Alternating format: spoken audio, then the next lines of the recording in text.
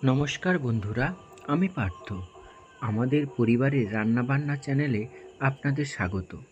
আজ আমি বানাবো আমের রসগোল্লা। বানানোর জন্য আমি প্রথমে ফ্রাইং প্যানে আমের পেস্টটা নিয়ে নিয়েছি। আমটাকে ছাড়িয়ে আমের মাখাটা বের করে আমি মিক্সিতে পেস্ট করে নিয়েছি।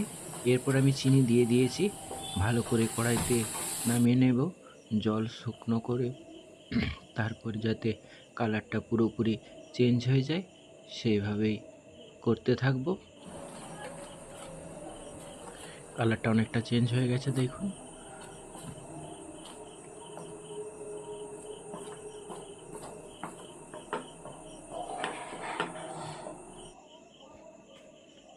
এরপর একদিকে আমি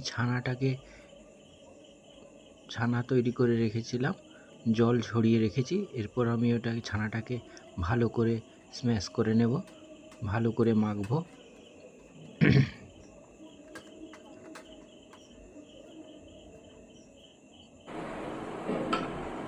ভালো করে মাখিয়ে নেব।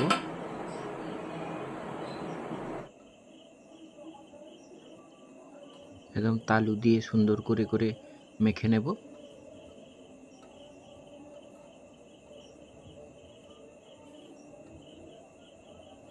এটা ভালো করে মাখতে হবে, প্রায় 10-12 মিনিট ধরে মাখতে হবে। এরপরে আমি আমের পেস্টটা নিয়ে নিয়েছি কিছুটা, নিয়ে ওটাকে একসঙ্গে মাখতে থাকবো, আবার ভালো করে মাখবো।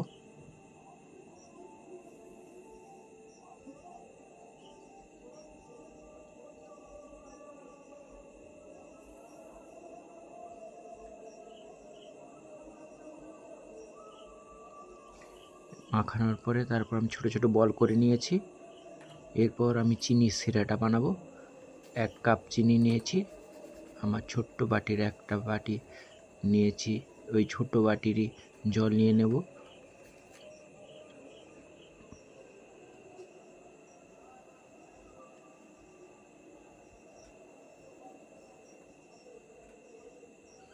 তিনটে বাটি জল নিয়েছি, 1টা বাটি চিনি আর 3 বাটি জল।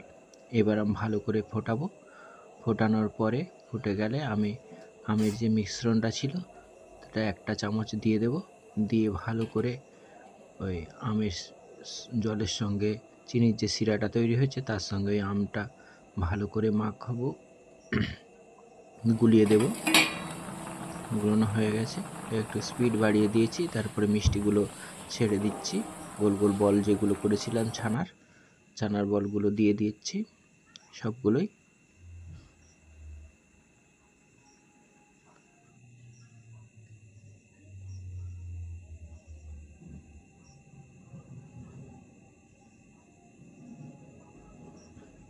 এরপর স্পিডটা বাড়িয়ে দেবো গ্যাসের।